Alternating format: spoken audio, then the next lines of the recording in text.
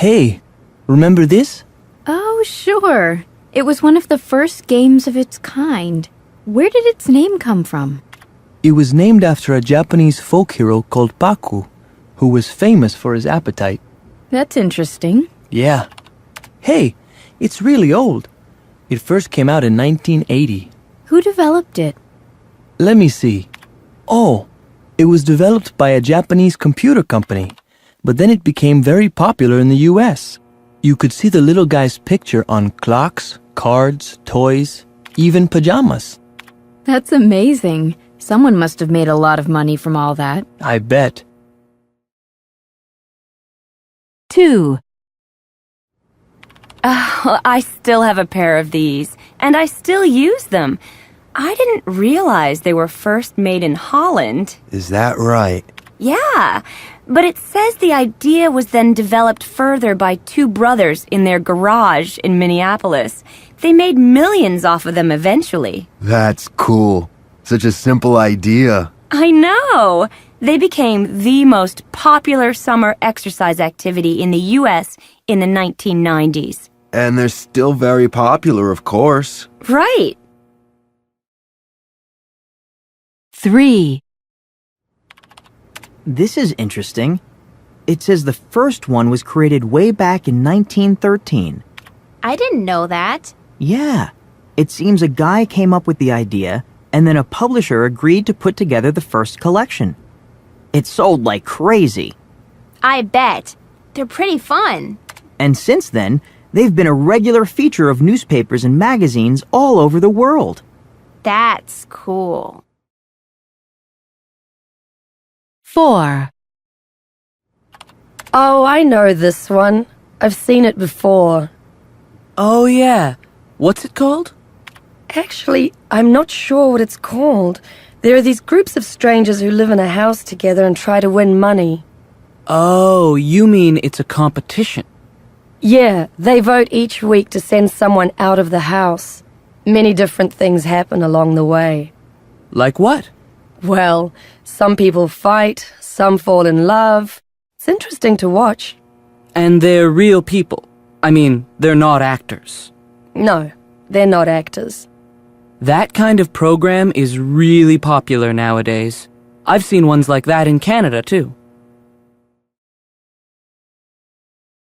Now, are video games becoming more popular in the U.S. today? Yes, they're everywhere. In people's living rooms, on the internet, in schools, on cell phones, in hotel rooms, and even on airplanes. That's amazing. And how much time do people spend playing games? Our research tells us that the typical family uses its computer or console to play games for around 12 hours a week. And why do you think video games are so popular? Well, because they take us into imaginary worlds. They allow us to define who we are and how we relate to others in a game. They also challenge us to think, they excite us, and they can educate us. That's cool. And who plays these games? Is it just young people?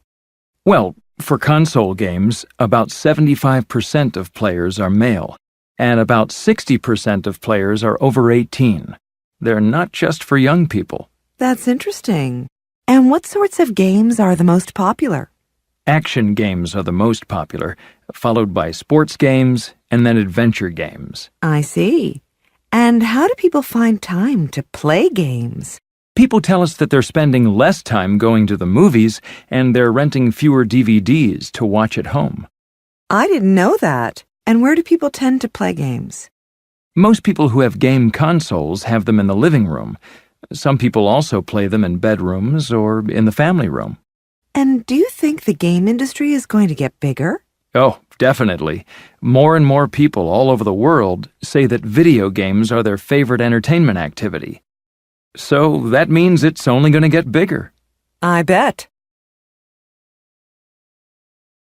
They're not just for young people. That's interesting. They're not just for young people.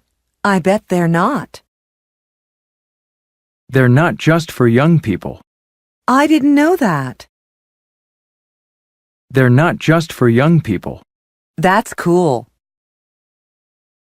They're not just for young people. You don't say. Did you know that Frisbees started out as toys, but they've now become part of many international sporting events?